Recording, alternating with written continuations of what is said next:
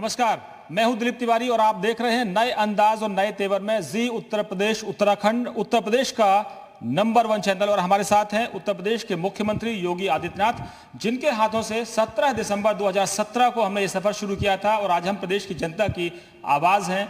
उनकी हम हर आवाज को सत्ता के सामने रखते हैं, सत्ता तक पहुंचाते हैं और माननीय मुख्यमंत्री तक भी पहुंचाते हैं। मुख्यमंत्री जी, बहुत बहुत स्वागत है आपका। हमने 1996 की आपकी वो तस्वीर भी दिखाई उत्तर प्रदेश की जनता को, उत्तराखंड की जनता को। आपके गुरु महंत अवैधनाथ जी को भी दिखाया, उनके गुरु को भी हमने दिखाया। आपको हमने 5 तारीख को, अगस्त को हमने जब देखा आपको, वहां पर आप जिस भूमिका में थे वो दोहरी भूमिका थी। एक तरफ योगी और दूसरी तरफ उत्तर प्रदेश के मुख्यमंत्री। वो क्षण बहुत भावुक क्षण था। किसको किसको आपने याद किया? दिलीप जी, मैं सबसे पहले जी उत्तर प्रदेश और उत्तराखंड को रिलॉन्च के अवसर पर हृदय से बधाई देता हूं, अपनी शुभकामनाएं देता हूं। 2017 में जब जी उत्तर प्रदेश उत्तराखंड लॉन्च हुआ था, उस समय से लेकर के अब तक पिछले 2.5-3 वर्ष के दौरान जो एक लंबी छलांग आपके इस चैनल ने लगाई है, मैं प्रभु राम से यही प्रार्थना करूंगा कि वह आप सब लोकतंत्र के चौथे स्तंभ के रूप में इसी प्रकार से प्रदेशवासियों की, उत्तराखंड वासियों की सेवा करते रहें और शासन के सामने जनता की आवाज़ को इसी प्रखरता के साथ रखते रहें। रिलॉन्च के अवसर पर जी उत्तर प्रदेश उत्तराखंड को और उनके सभी दर्शकों को हृदय से बधाई और शुभकामनाएं। जहां तक प्रश्न है 5 अगस्त 2020 की तिथि का, मेरे लिए तो सचमुच वह तिथि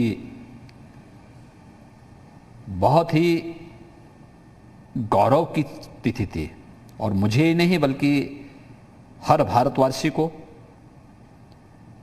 हर उस व्यक्ति को जो लोकतंत्र के प्रति आस्थावान है दुनिया के अंदर, उस हर व्यक्ति के लिए वह तिथि अत्यंत गौरवान्वित करने वाली तिथि तो थी ही।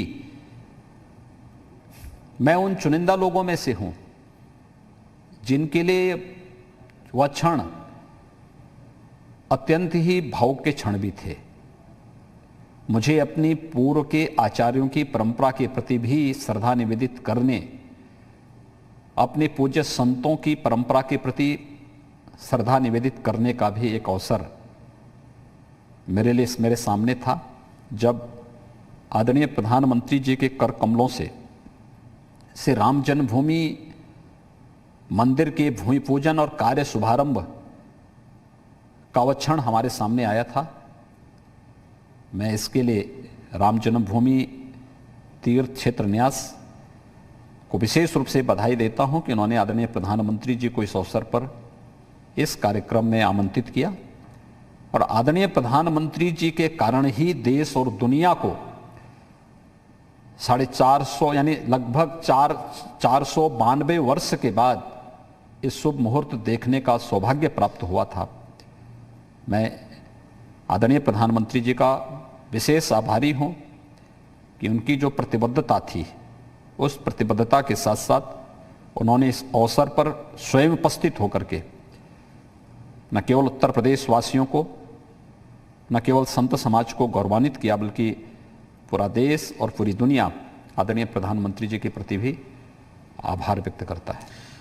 योगी जी, उस वक्त ऐसे बहुत से रणनीतिकार थे, शिल्पकार थे, इस आंदोलन को से जो जुड़े हुए लोग थे, उसमें आपके गुरु हो महंत अवैधनाथ जी। मैंने खुद एक पत्रकार के तौर पर शिलादान भी कवर किया है और शिला पूजन तक मैं यहाँ पर पहुँचा हूँ। उसमें अशोक सिंघल जी भी थे, उसमें महंत परम हंसदास भी थे। बहुत से ऐसे लोग थे जो हमारे बीच में नहीं हैं। जब आप वहाँ बैठे थे तो आप एक शासक भी हैं, अब आप योगी की भूमिका में हैं और गोरक्ष पीठ का अपना एक योगदान रहा है कि सारी रणनीतियां वहां बनती रही हैं। जब पुलिस चप्पे चप्पे पर तैनात होती थी, रणनीति गोरक्ष पीठ में बनती थी।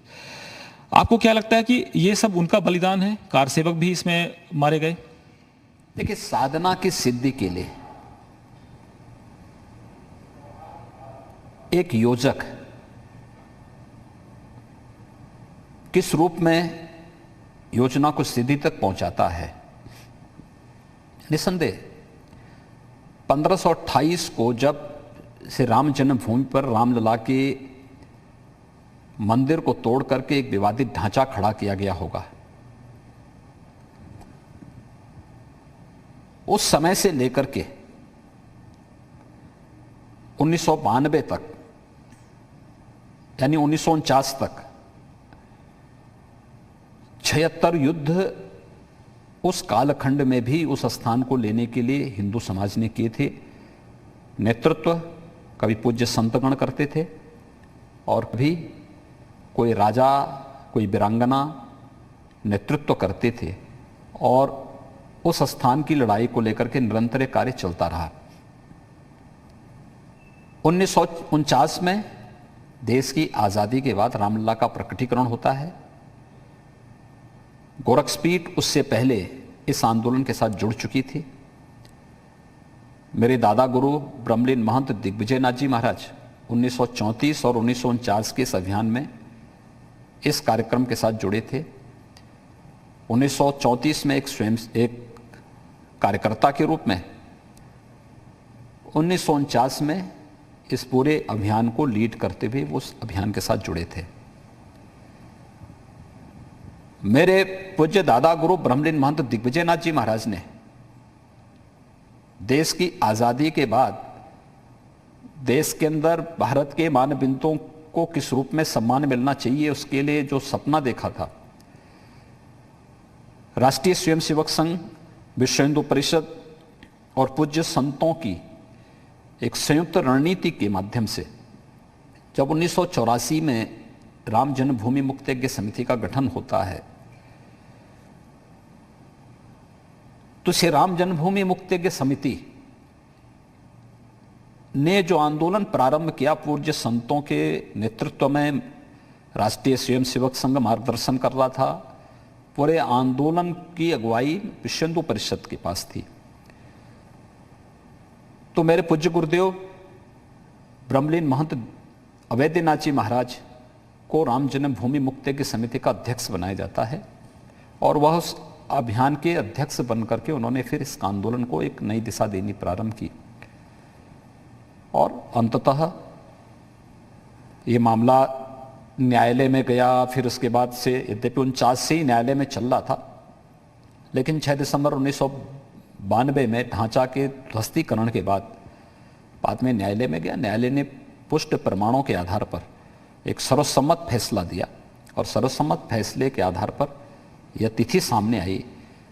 तो इस पूरे कार्यक्रम की, आंदोलन के दौरान की पूरी अभियान की जो योजक की भूमिका थी, वह श्रद्धेय अशोक सिंघल जी की थी।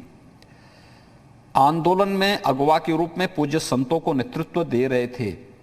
अलग अलग कालखंड में कभी ब्रह्मलीन महंत दिग्विजयनाथ जी महाराज थे, शंकराचार्य पूज्य स्वामी शांतानंद जी महाराज थे, दिगंबर अखाड़ा के श्री महंत परमहंस रामचंद्र दास जी महाराज थे, बेतराग स्वामी वामदेव जी महाराज थे, अपने सुग्रीव किलाधीश पूज्य महाराज थे। इस प्रकार से अनेक पूज्य संतों का नेतृत्व मिलता रहा।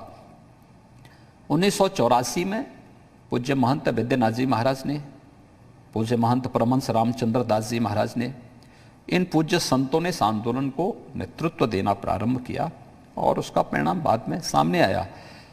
लेकिन आंदोलन के बाद 6 दिसंबर 1992 के बाद आंदोलन की भूमिका समाप्त हो चुकी थी।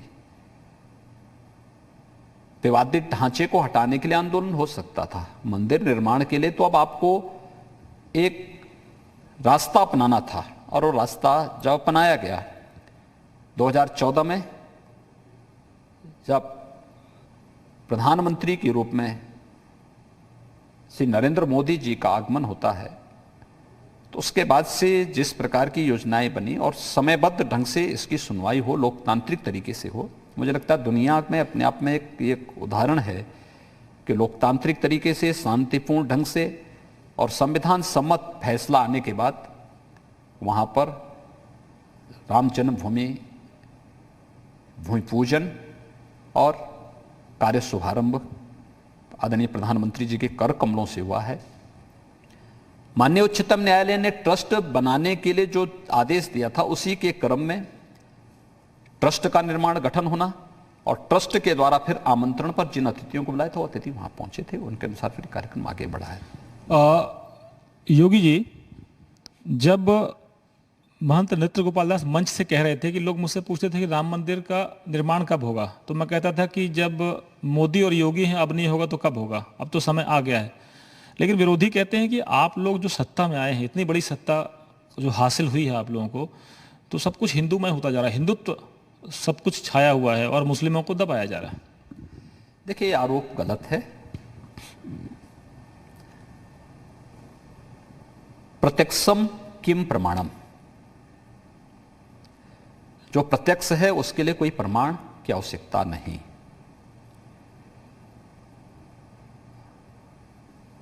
2013 में जब मोदी जी को प्रधानमंत्री पद का उम्मीदवार घोषित किया गया था, उन्होंने तब नारा दिया था सबका साथ सबके विकास का।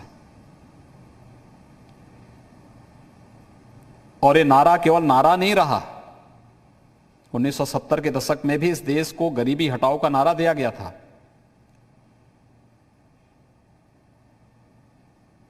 लेकिन क्या गरीबी हटी? लेकिन मोदी जी ने 2013 में सबका साथ सबके विकास की बात कही। सबका साथ सबके विकास का जो नारा दिया वो हकीकत में ही बदलता हुआ दिखाई दिया जब हर गरीब का बैंक में जनधन अकाउंट खुलना प्रारंभ हुआ, जब हर गरीब के लिए प्रधानमंत्री आवास योजना लॉन्च होती है। 3 करोड़ गरीबों को प्रधानमंत्री आवास योजना में एक आवास उपलब्ध हुए। जब स्वच्छ भारत मिशन में न केवल बीमारियों से बचाव के लिए बल्कि नारी गरिमा के लिए हर घर में शौचालय होना चाहिए और 10 करोड़ से अधिक परिवारों को एक शौचालय मिलता है। ऊर्जा की आवश्यकता के लिए लोगों को दर दर भटकना पड़ता था। हर गरीब परिवार को 8 करोड़ गरीब परिवारों को उज्ज्वला योजना में रसोई गैस के कनेक्शन उपलब्ध करवाए गए। 12 करोड़ किसानों को प्रधानमंत्री किसान सम्मान निधि में से आच्छादित करने की कार्रवाई की गई और 6,000 रुपये सालाना उनको देने की कार्रवाई प्रारंभ हुई। 50 करोड़ गरीबों को देश के अंदर आयुष्मान भारत में स्वास्थ्य बीमा का कवर दिया गया। तनिक भी लोग लाज होना। तो इस प्रकार का आरोप किसी को नहीं लगाना चाहिए कि हम भेदभाव कर रहे हैं, और खासतौर पर मोदी जी पे तो कतई आरोप नहीं लगा सकता कोई।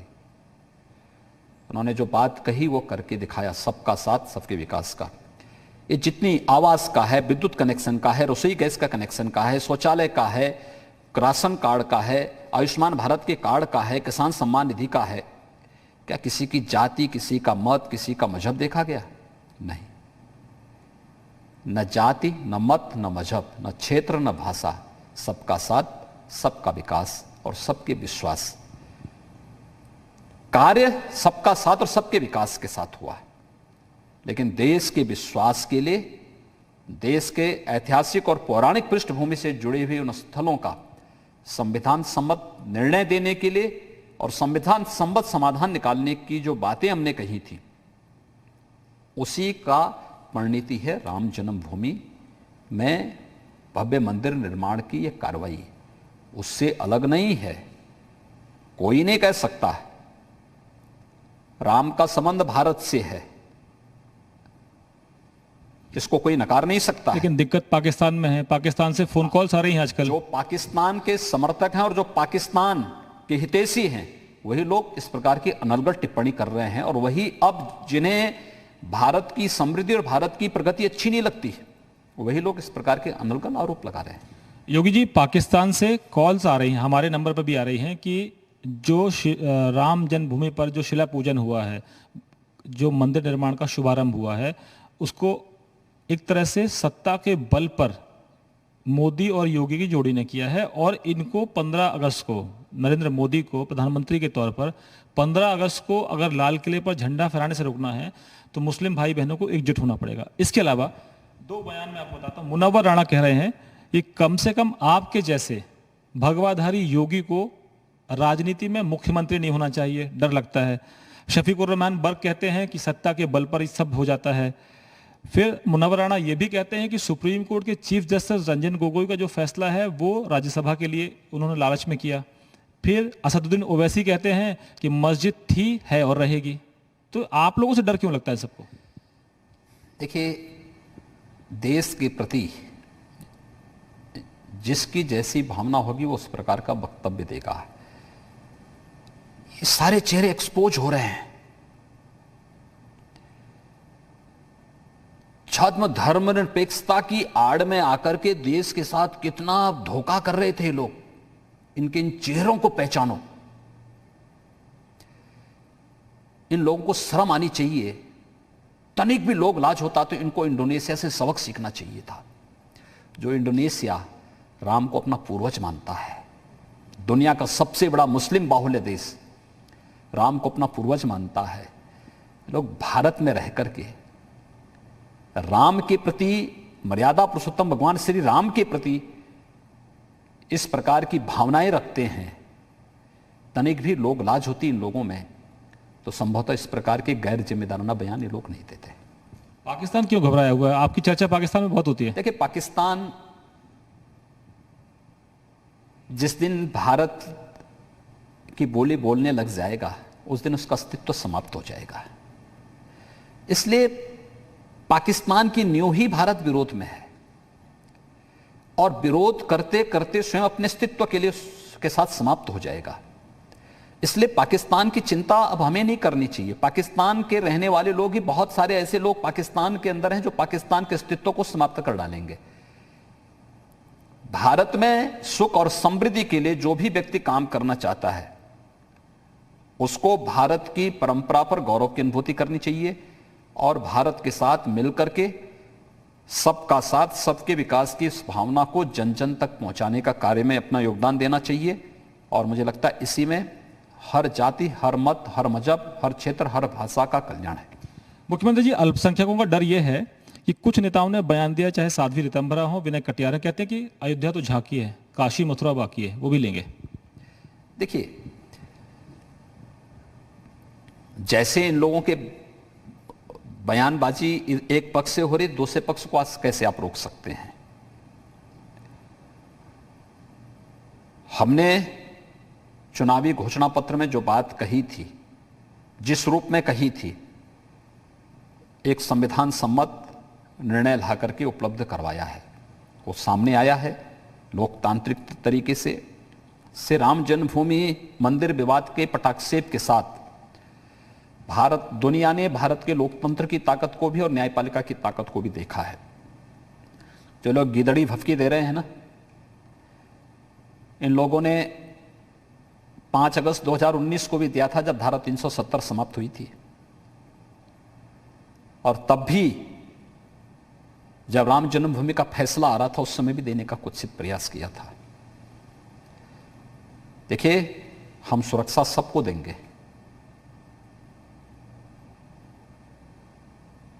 उत्तर प्रदेश के अंदर 24 करोड़ जनता की सुरक्षा मेरा दायित्व है, लेकिन सुरक्षा के साथ खिलवाड़ करने की इजाजत किसी को नहीं देंगे। अगर कोई खिलवाड़ करने का दुस्साहस करेगा तो फिर उसको उसकी कीमत भी चुकानी पड़ेगी। मुख्यमंत्री जी, आपसे डर लगता है मुख्तार अंसारी के लोगों को, अतीक अहमद के लोगों को? अगर मैं बात करूं तो समाजवादी पार्टी के एक सांसद को आपने जेल में डलवा दिया है। वो डरते हैं कि चुन चुन कर मोदी जी ठोक रहे हैं, एनकाउंटर कर रहे हैं, एनकाउंटर मैन बन गए हैं योगी जी। नहीं, देखिए, हम कोई एनकाउंटर मैन नहीं है। मैं एक सामान्य योगी हूं, उत्तर प्रदेश और देश का एक नागरिक हूं, और पार्टी ने मुझे एक दायित्व दिया है। उस दायित्व के तहत उत्तर प्रदेश की 24 करोड़ जनता की सेवा कर रहा हूं। मैं विशुद्ध रूप से जो मेरा दायित्व है, जो मेरा कर्तव्य है, उस कर्तव्य बोध से बंधा हुआ हूं और उसके तहत उत्तर प्रदेश की जनता की सेवा कर रहा हूं। लेकिन बिकरू कांड से एक संदेश गया कि एक एक करके पुलिस ने उनको ठोक दिया और एनकाउंटर कर दिया। कहा कि जो पुलिस पर गोली चलाएगा वो बच नहीं पाएगा।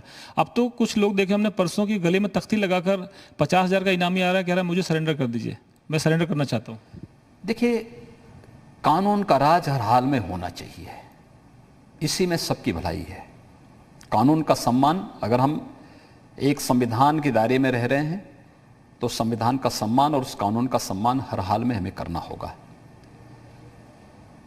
मुझे लगता है कानून के साथ जो भी खिलवाड़ करेगा तो स्वाभाविक रूप से उसके सामने इस प्रकार के संकट आएंगे। लेकिन उत्तर प्रदेश के अंदर किसी को भयभीत होने की आवश्यकता नहीं, कानून का सम्मान करें और कानून का सम्मान करते हुए, हर एक दूसरे की भावनाओं का सम्मान करते हुए वे प्रदेश के विकास में और देश के विकास में अपना योगदान दें। लेकिन योगी जी, माफिया राज तो यहीं पनपा, यहीं पर उत्तर प्रदेश के राजनीतिक दलों से संरक्षण मिला उनको, यहीं उन्होंने अकूत संपत्ति बनाई। आज तो कई बार तो ये होता था कि जेल में बैठे उनका नेटवर्क चलता था। अभी हमने देखा कि कृष्णानंद राय के हत्याकांड का जो एक फरार आरोपी था, जिस पर आरोप थे, जिस पर जो ये था कि उसने कृष्णानंद राय की हत्या की है, वो ऑडियो भी हमने प्रदेश की जनता को सुनाया, उसको भी पुलिस ने एनकाउंटर में मार गिराया। देखिए, उत्तर प्रदेश में पिछले 20-25 वर्षों के दौरान वास्तव में उत्तर प्रदेश की जनता के साथ बहुत खिलवाड़ हुआ। सत्ता के संरक्षण में अपराधी और माफियाओं को सरेआम संरक्षण दिया गया। प्रदेश की जनता को सुरक्षा नहीं मिलती थी, लेकिन अपराधी और माफिया बड़ी बड़ी सुरक्षा लेकर के चलते थे, किसी भी संपत्ति पर कब्जा कर लेते थे। आप आश्चर्य करेंगे, 2017 में जब हम लोग आए थे, 54,000 एकड़ लैंड को हम लोगों ने माफियाओं से कब्जे से मुक्त कराई थी उत्तर प्रदेश के अंदर। यानी ये सब जमीन उत्तर प्रदेश की जनता की जमीन थी, उत्तर प्रदेश शासन की जमीन थी, जो आज हमारा लैंड बैंक निवेश की दिशा से बन रहा है। कहीं डिफेंस कॉरिडोर उसमें बनाया जा रहा है, कहीं एक्सप्रेसवे उसमें बनाया जा रहा है, कहीं पर अन्य निवेश की संभावनाओं को आगे बढ़ाया जा रहा है। ये सब इन माफियाओं ने कब्जे किए हुए थे। ऐसे ही जहां जिसने देखा प्राइम लैंड, कोई माफिया चाहता था कब्जा कर लेता था, अगले दिन उसकी बिल्डिंग खड़ी हो जाती थी और फिर वह उसके नाम पर वैध अवैध हर प्रकार के कारोबार वहां पे चलता था और सत्ता उसको प्रोटेक्ट करती थी। ये नहीं चल सकता है। हम लोग प्रदेश की 24 करोड़ जनता की सुरक्षा के लिए आए हैं और उनके प्रति अपने दायित्वों को निर्वहन करने के लिए आए हैं। किसी अपराधी, किसी माफिया को संरक्षण देने के लिए नहीं। अगर किसी ने अपनी आपराधिक गतिविधियों का संचालन किया, माफियागिरी दिखाने का प्रयास किया, जबरन सरकारी संपत्ति पर, किसी व्यापारी की संपत्ति पर, किसी उद्योगपति की संपत्ति पर, किसी गरीब की संपत्ति पर कब्जा करने का प्रयास किया, तो उसको 10 बार सोचना पड़ेगा। मुख्यमंत्री जी, लेकिन आजम खान के एक सिपहसालार पकड़े गए हैं, आले हसन आज ही पकड़े गए हैं। आजम खान कह रहे हैं कि बदले की कार्रवाई है, नाराज क्यों हैं आप उनसे? देखिए, आजम खान को सरकार ने नहीं गिरफ्तार किया, कोर्ट के आदेश पर उनकी गिरफ्तारी हुई और कोर्ट का आदेश भी लड़के के फर्जी सर्टिफिकेट, आयु प्रमाण पत्र फर्जी जमा करने के उसमें। इसके अलावा सत्ता में रह करके इन लोगों ने जितने भी गलत कारनामे किए थे, ये सब एक एक करके खुल रहे हैं। वे सारी चीजें आ रही हैं। उस कारण से ये कार्रवाई वहां पर हुई होगी। और जिसने भी, ये जितने लोग पकड़े जा रहे हैं, ये तो रामपुर के ही दलितों की और मुसलमानों की संपत्तियों पर इन्होंने कब्जा किया है। वहां का एक एक मुसलमान इस बात को कहता है, इन लोगों के कारनामों को बोलता है। वहां पे तो आप हिंदू मुस्लिम नहीं कर सकते, उसमें तो दलितों की भी संपत्ति को इन्होंने जबरदस्ती कब्जा किया था और मुसलमानों की संपत्ति को भी जबरदस्ती कब्जा किया था। तो वो मुस्लिम कम से कम खुश होंगे योगी जी से? देखिए, मुझसे खुश हो ना हो, लेकिन उनको न्याय मिलना चाहिए। योगी जी, आपके प्रभु श्री राम शिला पूजन हो गया। अब समाजवादी पार्टी के परशुराम, मायावती बहन जी कहती हैं कि उससे बड़ी मूर्ति लगा देंगे हम, तो कहते हैं कि ब्राह्मणों के सबसे बड़े मसीहा हम ही बनेंगे। ये कौन सी लड़ाई शुरू हुई? देखिए, राजनीति में जैसे सामान्य जीवन में खोटे सिक्के होते हैं, वो कहीं नहीं चलते। उसका वजन भले ही कितना भी हो, वो खोटा ही होता है। दोनों खोटे सिक्के हैं। और मुझे लगता है ये विभाजनकारी राजनीति अब इन खोटे सिक्कों का कोई वजूद आगे नहीं चल पाएगा। प्रदेश की जनता इस बात को जानती है। सुरक्षा और प्रदेश को समृद्धि की ओर कौन ले जा सकता है। ये मोहरे जो आज जाति के आधार पर लड़ा रहे हैं, इनके पिछले कारनामों को भी देखा जाना चाहिए ना। कब किसने क्या किया था। एक नारा ये भी था, तिलक तराजू और तलवार, यही मैं कह इनको रहा मारो जूते चार। मैं वही पूछ रहा हूं कि इन लोगों के पिछले कारनामे जो थे, पिछले जो नारे थे, ये सब जनता के सामने जब आएंगे, आ रहे हैं, या जनता उसको लेके देखेगी, तब कोई देख पाएगा कि वास्तव में कौन राम का हितैषी है और कौन परशुराम जी का हितैषी है। याद रखना, राम और परशुराम दोनों अलग नहीं हैं। दोनों भगवान विष्णु के ही अवतार हैं। एक निश्चित उद्देश्य को लेकर के इस धराधाम पर आकर के लोगों के सामने एक आदर्श प्रस्तुत किए। राम का अवतार जब इस धराधाम पर अपनी संपूर्णता के साथ आया, तो परशुराम जी ने उसके बाद अपनी लीला को वहीं पे तिरोहित किया था। जिनको भारत के इतिहास और पौराणिक परंपरा की जानकारी नहीं, इस प्रकार की तुच्छ राजनीति, इस प्रकार की तुच्छतापूर्ण बातों को कहकर के वे समाज में वैमनस्यता और विस्ममन करने का कार्य करेंगे। इन्होंने हमेशा बांटा है, हिंदू समाज को बांटा है, जाति के नाम पर बांटा है। और जब अवसर मिला तब इन्होंने क्या किया, क्या क्या कारनामे किए। यहां पोस्टिंग बिकती थी, नौकरियां बिकती थी, तब तो ब्राह्मण याद नहीं आ रहे थे, तब तो परशुराम जी याद नहीं आ रहे थे, तब तो राम इनको याद नहीं आ रहे थे। लेकिन चलिए, जो भी हो, जिस बहाने भी हो, राम को याद तो कर रहे हैं। परशुराम जी के बहाने ही सही राम को याद कर रहे हैं। और मुझे लगता है राम का नाम जिस रूप में भी कोई स्मरण कर लें, मुझे लगता है उसका कहीं ना कहीं कुछ पापों से मुक्ति उसको मिली जाएगी। जिस भी रूप में, कोई राम बोलेगा, कोई मरा मरा बोलेगा, लेकिन किसी भी रूप में आना चाहिए, लेकिन राम का स्मरण होना चाहिए। मुझे लगता है सद्बुद्धि आएगी। योगी जी पूर्व मुख्यमंत्री हैं और समाजवादी पार्टी के मुखिया हैं अखिलेश यादव, कहते हैं 2022 में बाइसिकल यानी साइकिल जो है सत्ता में आएगी। और वो कह रहे हैं कि आपकी जो सरकार है वो कोरोना का संकट हो, अर्थव्यवस्था का पूरी व्यवस्था हो, सब कुछ जो आपने वायदे किए थे वो पूरे नहीं हुए, तो बाइसिकल्स में आना चाहते हैं सत्ता में। ये तो देश भी देख रही है, दुनिया भी देख रही है। उत्तर प्रदेश में 2014 में, 2017 में, 2019 में उत्तर प्रदेश की जनता जनार्दन ने अपना मंतव्य स्पष्ट कर दिया है कि वह क्या चाहती है और उसकी दिशा क्या है। 2019 में तो उन्होंने बहुत गठजोड़ भी किए थे, बहुत प्रयास किए थे। जनता ने बता दिया सीमाओं को कि इनकी सीमाएं क्या हैं। तो स्वाभाविक रूप से व्यक्ति को अपनी सीमाओं को समझना चाहिए। एक, जहां तक प्रदेश के निवेश की बात है, समाजवादी पार्टी और बहुजन समाजवादी पार्टी दोनों पार्टियों के संयुक्त कालखंड को जोड़ दिया जाए और कांग्रेस के सरकार के सभी सरकारों के कालखंड को जोड़ दिया जाए, जितना निवेश ये लोग नहीं किए होंगे उतना 3 वर्षों में निवेश उत्तर प्रदेश में हम लोग दिए हैं, और उतने उससे ज्यादा नौकरी और उससे ज्यादा रोजगार हम उत्तर प्रदेश में दिए हैं। एक, कोविड-19 को लेकर के उत्तर प्रदेश की सराहना देश ने भी और दुनिया ने भी किया है। उत्तर प्रदेश के अंदर आज मैं एक आर्टिकल देख रहा था, नीति आयोग के एक विशेषज्ञ ने लिखा है, उत्तर प्रदेश की आबादी और ब्राजील की आबादी को लेकर के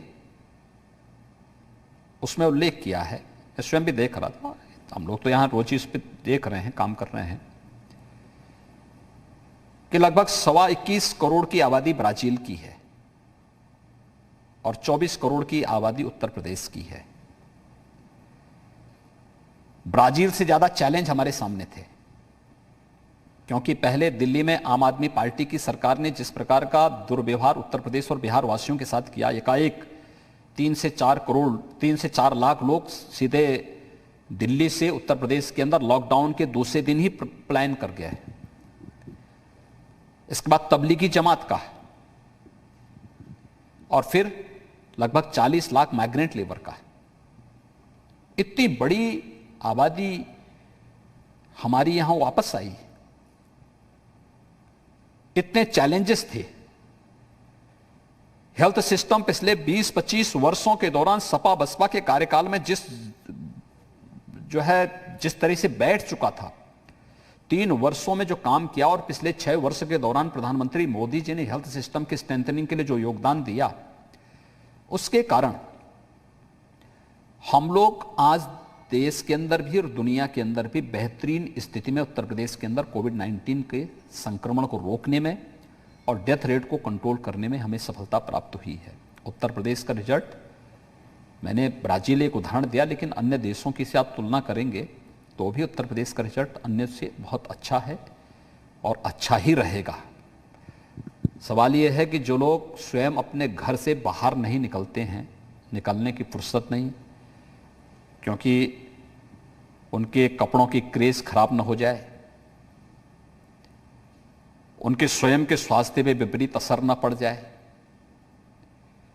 इतना बड़ा संक्रमण था, एक भी जगह जिन्हों राहत के किसी भी कार्यक्रम में सहभागी नहीं बने, वे लोग अब मुझे सीख देंगे।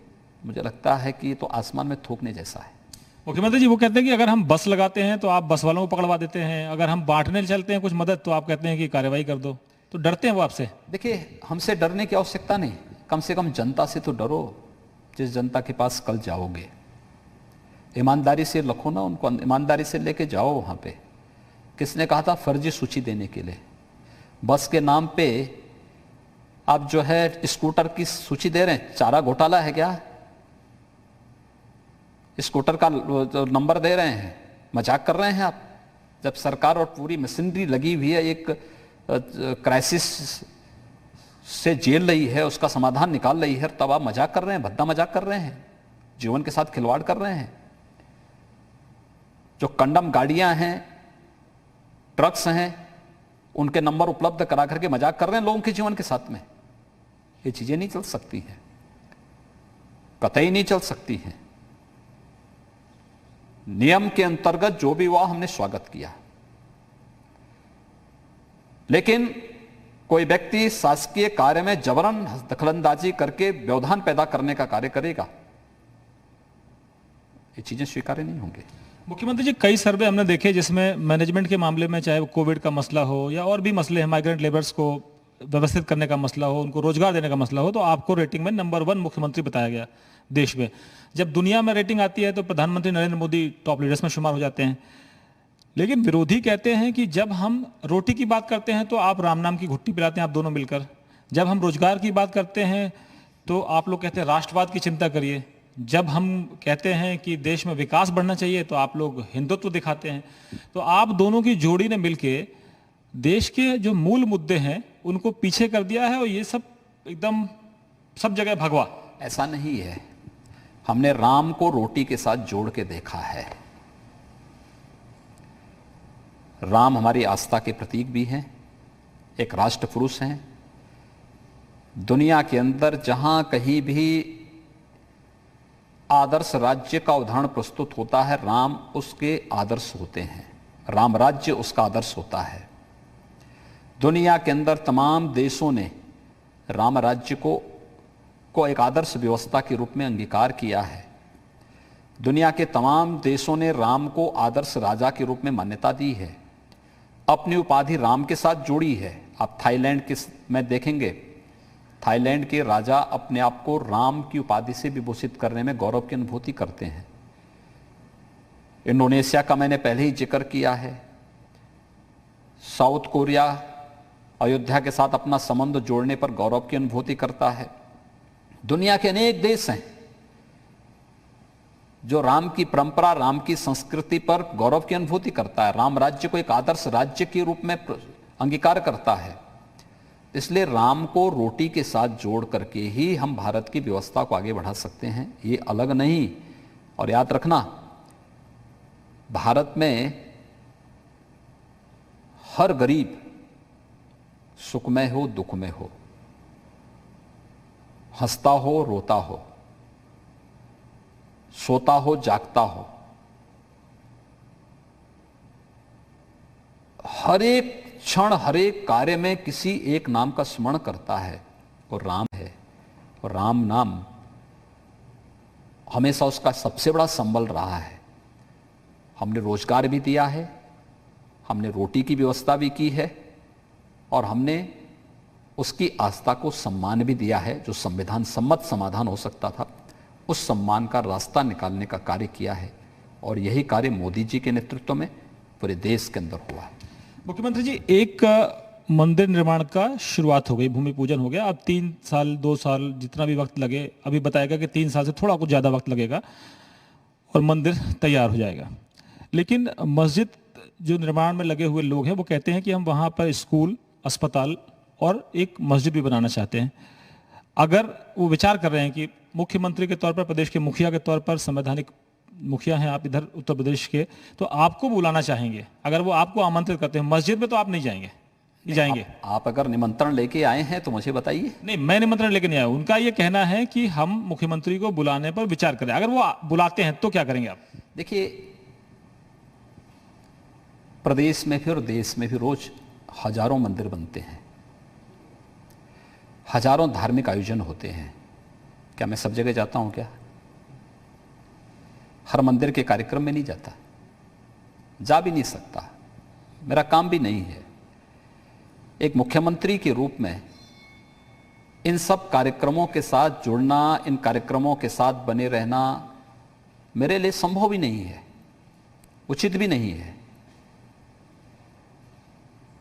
अयोध्या में 5 अगस्त 2020 को जो कार्यक्रम आदरणीय प्रधानमंत्री जी के कर कमलों से संपन्न हुआ है, वो मात्र मंदिर का नहीं है। यही हमारी भूल है। रामलला की जन्मभूमि का है। जहां कहीं भी देश के किसी पौराणिक और ऐतिहासिक महत्व से जुड़े हुए किसी कार्य के लिए कोई मुझे बुलाएगा, नंगे पैर वहां जाऊंगा। लेकिन मंदिर, मस्जिद या अन्य ऐसे स्थलों की जगह जगह जाके शिलान्यास करूं, ये मेरे लिए संभव नहीं है, समय भी नहीं है। क्योंकि मेरी प्रतिबद्धता इस समय प्रदेश की 24 करोड़ जनता के प्रति है, न कि उपासना विधि के प्रति। ऐतिहासिक और पौराणिक महत्व से जुड़ा हुआ श्री रामलला के मंदिर का कार्य था। माननीय उच्चतम न्यायालय के आदेश के क्रम में ट्रस्ट के आमंत्रण पर हम लोग वहां गए थे। यह मात्र मंदिर का नहीं है, रामलला से जुड़ी हुई, उनकी जन्मभूमि से जुड़ा हुआ एक पौराणिक और ऐतिहासिक पृष्ठभूमि से जुड़े हुए महत्व के स्थान का है। एक दूसरा, यह एक नए युग की शुरुआत भी है, जहां पे कोई भेदभाव किसी के साथ ना हो। आदरणीय प्रधानमंत्री मोदी जी के नेतृत्व में पिछले 6 वर्षों के दौरान यही सब हुआ ना। हम जाति, क्षेत्र, मत, मजहब, क्षेत्र, भाषा के आधार पर कोई भेदभाव नहीं करेंगे, सबको देंगे, सबका साथ, सबके विकास का भाव। यही तो आदर्श राम राज्य की अवधारणा है। समझ का अंतर है। राम को जब संकीर्णता के दायरे में रख करके आप सोचेंगे तो फिर राम के महत्व को नहीं समझ पाएंगे। राम जैसी विराट दृष्टि भी चाहिए, और जब वह विराट दृष्टि होगी तो संभवतः अपने आप ही ये सब कंफ्यूजन के बादल छटते हुए दिखाई देंगे। और जो लोग आज उल जलूल बयानबाजी कर रहे हैं ना, ये सब प्रदेश और देश की जनता से माफी मांगते हुए दिखाई देंगे।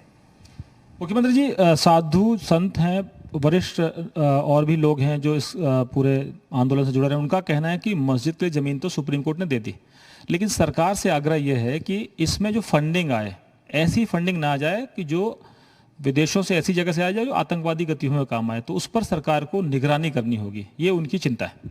देखिए, इसकी किसी पब्लिक को इसकी चिंता करने की आवश्यकता नहीं। सरकारें इसके प्रति स्वयं अवेयर रहती हैं। 2014 के पहले संभव था, 2014 के बाद आतंकी गतिविधियों में संलिप्त किसी भी प्रकार की गतिविधियां भारत के अंदर कतई उसको किसी प्रकार की इजाजत नहीं हो सकती है।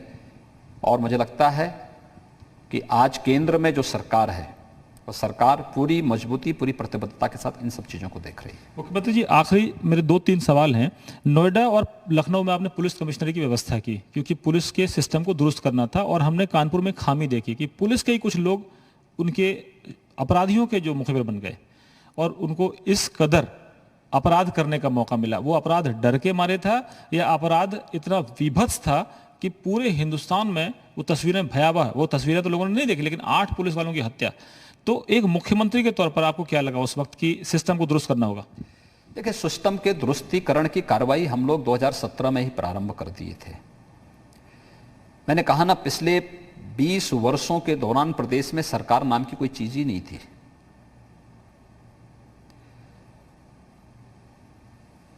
एक परिवार के आसपास सारी सत्ताएं घूमती थी, परिवार के आसपास, परिवार केंद्र बिंदु था, प्रदेश नहीं, प्रदेश की जनता नहीं। परिवार का हित और अहित देख करके ही योजनाएं बनती थी। तो स्वाभाविक रूप से इसकी कीमत प्रदेश चुका रहा है। भर्तियों में जिस प्रकार की सौदेबाजी होती थी, लेन देन होता था, ये सब विकृति उसका परिणाम है। ये सब उसी का दुष्परिणाम है। और इसीलिए हमारा ये मानना है कि हमने इसी को धीरे धीरे करके पुलिस के आधुनिकीकरण की प्रक्रिया को भी अपनाया है, और पुलिस के अंदर भर्ती भी नियम के अनुरूप हो, मेरिट के अनुरूप हो, आरक्षण का अनुपालन करते हुए मेरिट के आधार पर हो। यह कार्य हो रहा है। पिछले 3 वर्ष के दौरान लगभग 1.5 लाख पुलिस की भर्ती हुई है यूपी में,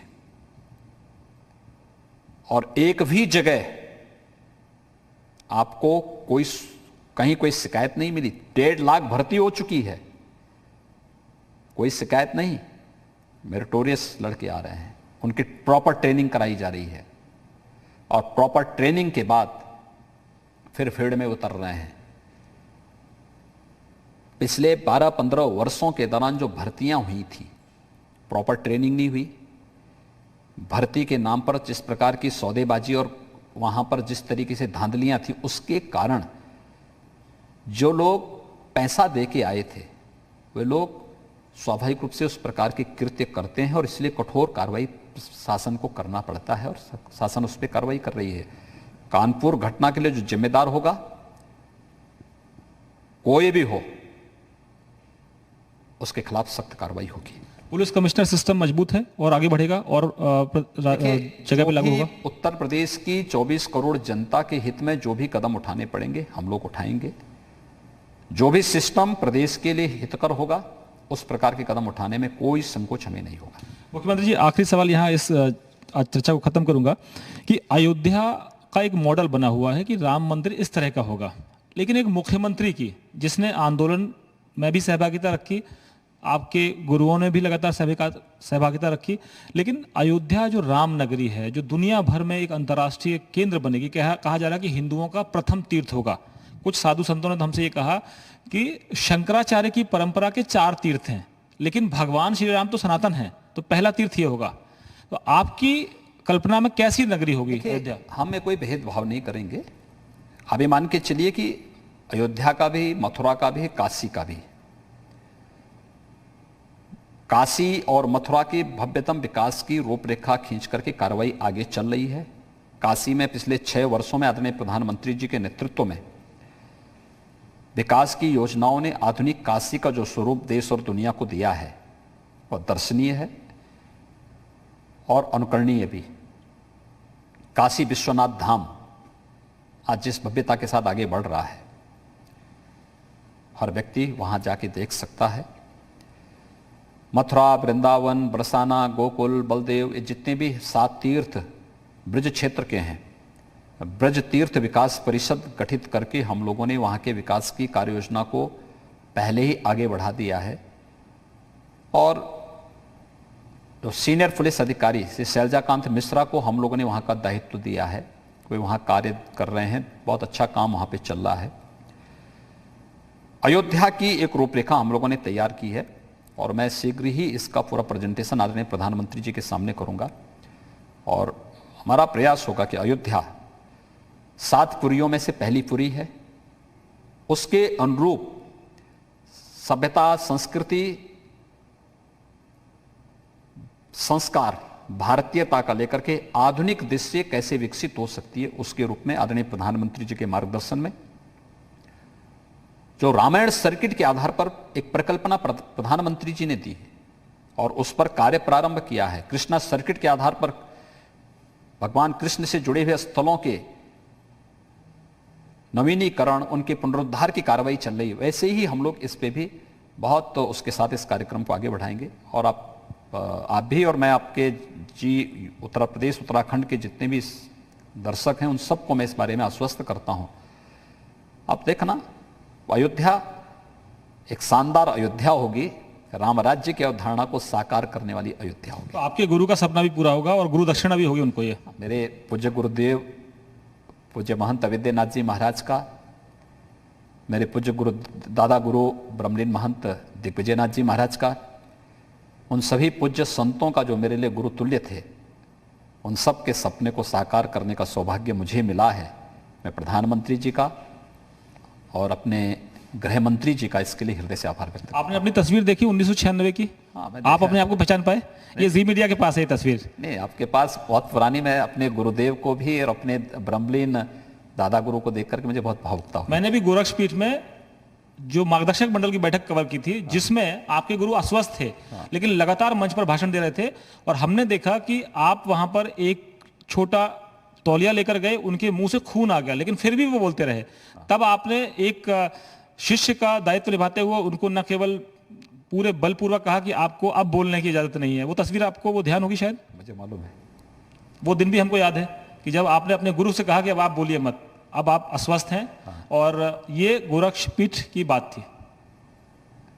बहुत बहुत धन्यवाद योगी जी। और हम उम्मीद करते हैं कि जो भी अच्छे काम जनता के लिए आप करते हैं वो हम जरूर जनता के सामने ले जाएंगे। और हमारी भूमिका होगी निंदक निरे राखिए, आंगन कुटी छिपाए, बिन पानी बिन साबुना निर्मल करे सुहाए। जी उत्तर प्रदेश उत्तराखंड के दर्शकों की तरफ से मैं आपका शुक्रिया करता हूं और हम उम्मीद करते हैं कि हम स्वस्थ पत्रकारिता के लिए काम करते रहेंगे। बहुत बहुत बधाई और धन्यवाद भी। नमस्ते।